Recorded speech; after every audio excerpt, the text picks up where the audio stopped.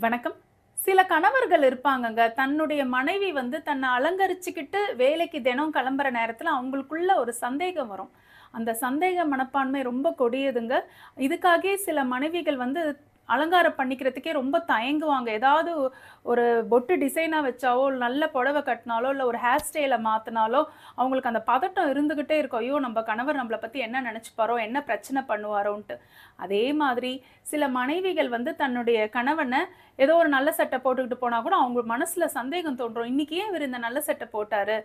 வெளிய யாரையும் மீட் பண்ண தான் போறாருன்னு ஒரு தேவையில்லாத எண்ணம் அந்த மனைவிக்கும் தோன்றலாம். இந்த மாதிரி கணவன் மனைவிக்கு இடையே நம்பிக்கை இல்லாத ஒரு உறவு வந்துகிட்டே இருக்குன்னா, இந்த உறவுக்கு பேரு டெலியூஷனல் ஜெலசின்னு சொல்லுவாங்க. இதுவும் ஒரு மனநோய் தாங்க. இந்த மாரி நோய் இருக்கிற கணவன் மனைவியால பாதிக்கப்படுறது அவங்களுடைய குழந்தைகளும் தான். இது ஒரு வகையான மனநோய்ங்க.